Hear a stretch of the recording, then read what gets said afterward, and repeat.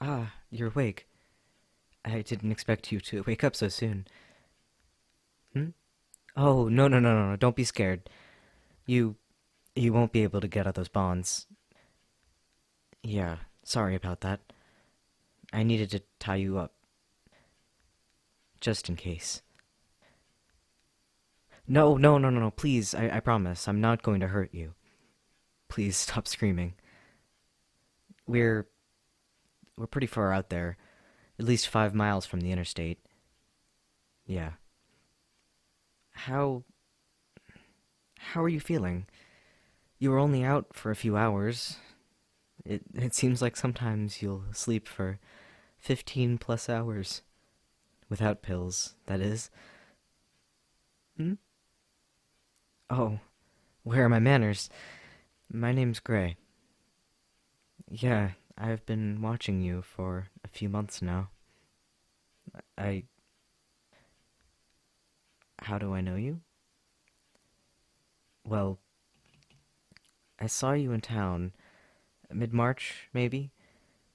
Anyways, you stopped by at a cafe. Yeah, the one downtown, right on the corner of Main Street. I'm not one to snoop. Usually I just grab a black coffee and sit in the back, minding my business. I'll occasionally do work on my laptop. But you walked in with your friends, and I couldn't help. I couldn't help but eavesdrop on your conversation. I listened in for a while, and you were discussing a few things with them, but I wanted to be there with you, talking to you, comforting you. So I did some research. Since your friends talked about your social media, I was able to find it fairly easily. I had enough online for a while to satisfy me. After all, you seem to have quite the internet persona. But after a while, I started to get bored with only seeing you through a screen. I wanted to talk to you, face to face. I wanted to look into your eyes, feel your soft hair.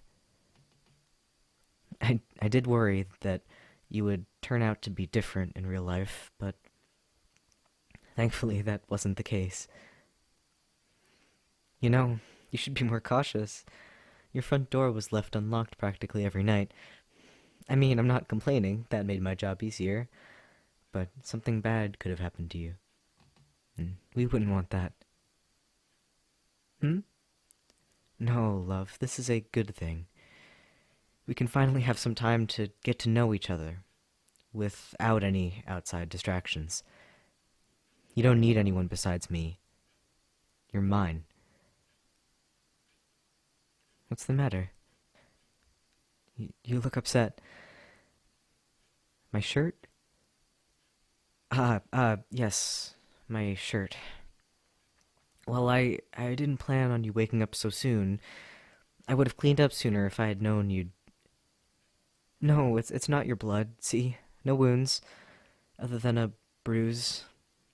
However, that wasn't intentional either. It's pretty hard maneuvering an unconscious person, you see. Who? Well, there were a few preparations I needed to make to ensure we could be left in peace. Hmm? No, no, darling, don't cry. It wasn't your family. I'm not sure I could bring myself to do that to you, even if you don't need them anymore. There was a certain friend of yours that was starting to become a pest. God, he'd think he'd loved you or something. But he didn't. No one will ever love you like I do. So now he's out of the way. What? No, darling, you do. You do love me. You just don't know it yet. I'm going to go. I need to freshen up. I have to finish the job, so to speak. Please, get some rest. You look awfully drowsy. I'll be back soon, love.